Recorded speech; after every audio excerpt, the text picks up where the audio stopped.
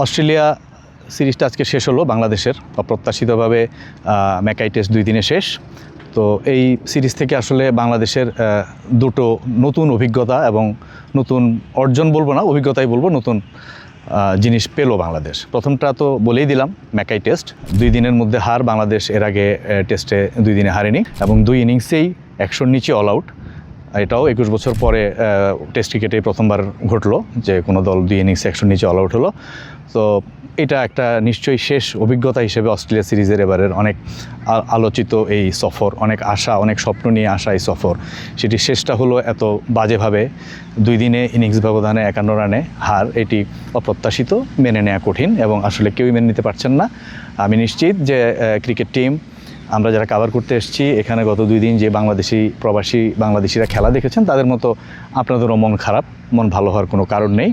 এটি মেনে নেওয়া যায় না, সোজা কথা। আমার কথা হলো যে ম্যাকাইতে পেস বোলিং কন্ডিশনের উইকেট এবং অস্ট্রেলিয়ার পেসাররা দুর্দান্ত বোলিং করেছেন। আমরা আমাদের পেস বোলার শরীফুলকেও দুর্দান্ত বোলিং করতে দেখেছি। সব কিছু ঠিক আছে, সব কিছু, এটা তো ক্রিকেটেরই পার্ট। তো সেখানে তারপর 3 দিন বা 4 দিন পর্যন্ত বাংলাদেশ খেলতে পারতো, টেস্টটাকে নিতে পারতো। হারার তো একটা ধরন আছে, সেই ধরনটা অ্যাকসেপ্টেবল না। 2 দিনে হার, বাংলাদেশ নতুন টেস্ট খেলে না, এটা তাদের জন্য টোটালি অপ্রত্যাশিত তাদের কাছে। এবং আরেকটা অভিজ্ঞতার কথা যদি বলি, তাহলে একটু ডারউইন টেস্টে ফিরে যেতে হবে। সেই টেস্টটা কী হয়েছিল, সেখানেও কিন্তু বাংলাদেশ 2 দিনে টেস্ট জিতেনি, কিন্তু দুর্দণ্ড প্রতাপ দেখিয়ে 4 দিনে টেস্টটা জিতেছিল এবং প্রতিটি সেশনে বাংলাদেশ জিতেছিল। 9 উইকেটের বড় জয়, এবং সেটি অস্ট্রেলিয়াকে কী ধরনের চাপে ফেলেছে আপনারা জানেন। অস্ট্রেলিয়ার সাবেক ক্রিকেটার, সংবাদ মাধ্যম সবাই কীরকম ক্ষোভে ফুঁসে উঠেছিল, দলে পরিবর্তনের কথা বলছিলেন, ব্যাটিং অর্ডার নিয়ে কথা বলছিলেন, নানা রকম আলোচনা সমালোচনার জন্ম দিয়েছিল অস্ট্রেলিয়ার সেই হার। এবং বাংলাদেশের জন্য সেটা ছিল একটা ঐতিহাসিক জয়, কারণ 23 বছর পর অস্ট্রেলিয়ায় এসে প্রথম টেস্ট খেলে বাংলাদেশ টেস্টটা জিতলো। এবং সেই টেস্ট জয়ের পর এটি নিশ্চিত হয়ে গেল যে এবারের সফরে বাংলাদেশ সিরিজ হারবে না। হ্যাঁ, একটা টেস্ট, 2 টেস্টের সিরিজ ছিল অনলি। বাংলাদেশ ফার্স্ট টেস্টটা জিতলো ভালোভাবে, সেখান থেকে নির্ভরভাবে ম্যাকাইতে এলো এবং এটুকু নিশ্চয়তা তাদের ছিল যে বাংলাদেশ এই টেস্টে অন্তত হারলেও এই সিরিজটা অন্তত বাংলাদেশ হারবে না। কিন্তু সেটা ঠিক আছে, বাংলাদেশ সিরিজ ড্র করেছে, এইটা একটা তৃপ্তি। অস্ট্রেলিয়া এতদিন পরে এসে অনেক দলের পক্ষে এটা সম্ভব হয় না, অস্ট্রেলিয়ায় জেতাও অস্ট্রেলিয়ার মাটিতে অস্ট্রেলিয়ার বিপক্ষে কঠিন। সব কিছু মেনে নিলেও ম্যাকাই টেস্ট আসলে পুরোপুরি একটা ব্যতিক্রম ধর্মী অভিজ্ঞতার মধ্যে ফেলেছে বাংলাদেশ দলকে। সেটা নিয়ে আজকে প্রেস কনফারেন্সে কথা হয়েছে। নাজমুল হোসেন শান্ত, বাংলাদেশ দলের ক্যাপ্টেন, তিনি ডেফিনেটলি উইকেটের কথাই বারবার বলেছেন যে পেস বোলিং সহায়ক উইকেট ছিল, গতকালকে বেশি ডিফিকাল্ট ছিল ব্যাটসম্যানদের জন্য খেলা, পেসারদের। কিন্তু একই সঙ্গে এটাও প্রশ্ন হয়েছে যে বাংলাদেশের ব্যাটিংটা কি একদম আপ টু দ্য মার্ক ছিল কিনা। বিশেষ করে আজকে সেকেন্ড ডেতে উইকেট কিন্তু কালকের মতো অতটা কঠিন ছিল না, এবং ব্যাটিং উইকেটই বলেছেন এক পর্যায়ে প্যাট কামিন্স, অস্ট্রেলিয়ার ক্যাপ্টেন, প্রেস কনফারেন্সে আজকের উইকেটটাকে স্পেশালি। তো সেই ব্যাটিং উইকেট যদি বলি, সেখানে আসলে বাংলাদেশের ব্যাটসম্যানরা কী করলেন, কিছু আউট তো আমরা দেখেছি যেগুলি আসলে উইকেটের কোনো দায় নেই, দায়টা ব্যাটসম্যানদেরই নিতে হবে।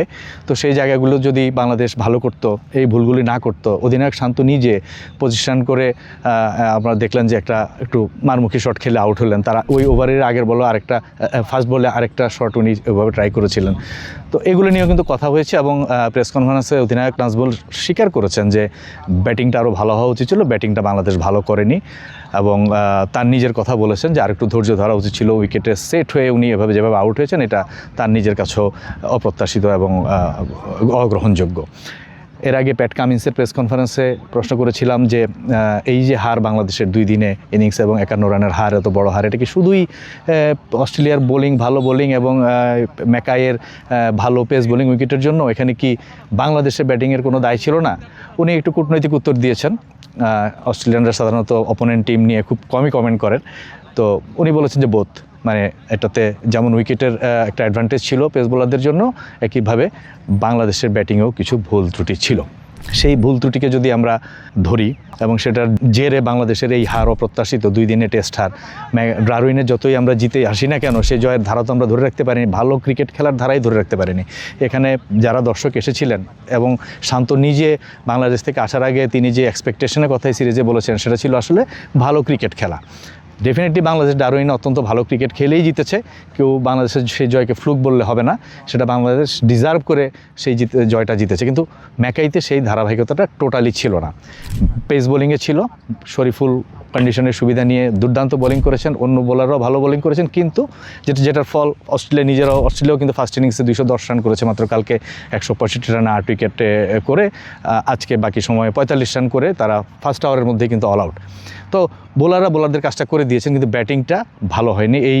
এই খচখচানি, এই অতৃপ্তি নিয়ে বাংলাদেশের এই টেস্টটা শেষ করতে হলো। এইটা ঠিক আছে, ম্যাকাই টেস্টের অতৃপ্তি থাকবে, ডারউইন টেস্টের তৃপ্তি থাকবে, কিন্তু দুটোকে মিলিয়ে যদি আমরা দেখি যে বাংলাদেশ অস্ট্রেলিয়া সিরিজ থেকে আসলে কী পেল, সেখানে কিন্তু ম্যাকাইয়ের হারটাও অপ্রত্যাশিত না, ম্যাকাইয়ের 2 দিনের হারটাও অপ্রত্যাশিত, হারের ধরনটাও অপ্রত্যাশিত। এটুকু বাদ দিলে শুধু ডারউইন টেস্ট যদি ধরেন, সেখানে কিন্তু অর্জনের কোনো অভাব নেই। আমাদের পেস বোলিং অ্যাটাক, যেটাকে নিয়ে আমরা গত কয়েক বছর ধরে আলোচনা করছি যে ধীরে ধীরে উন্নতি করছে এবং পেস বোলার এখন ম্যাচ জেতাচ্ছেন, এমনকি ঘরের মাঠেও একসময় আমরা স্পিন সহায়ক উইকেট করে ম্যাচ জেতার চেষ্টা করতাম, সেখানে পেস বোলাররা ভালো করছেন। একটা পরীক্ষা ছিল যে অস্ট্রেলিয়ায় এসে এখানকার পেস বোলারদের জন্য যে ড্রিম কন্ডিশন, এই কন্ডিশনে আমাদের পেস বোলাররা কী করেন। নাহিদ রানা টিমে ছিলেন না, নাহিদ রানা ইনজুরির কারণে এই টেস্টটা খেলেননি, সিরিজটা খেলেননি, এবং ওনার জন্য কিন্তু স্বপ্নের একটা সিরিজ হতো এটা।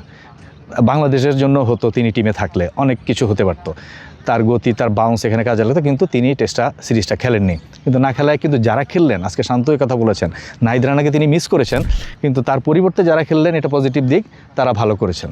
আমরা নাহিদ রানা থাকলে হয়তো আরও ভালো হতো, কিন্তু না থাকাতে আমাদের পেস বোলিং অ্যাটাকে কিন্তু খুব বেশি প্রভাব পড়েনি, যেটুকু হওয়ার কথা সেটুকু কিন্তু হয়েছে।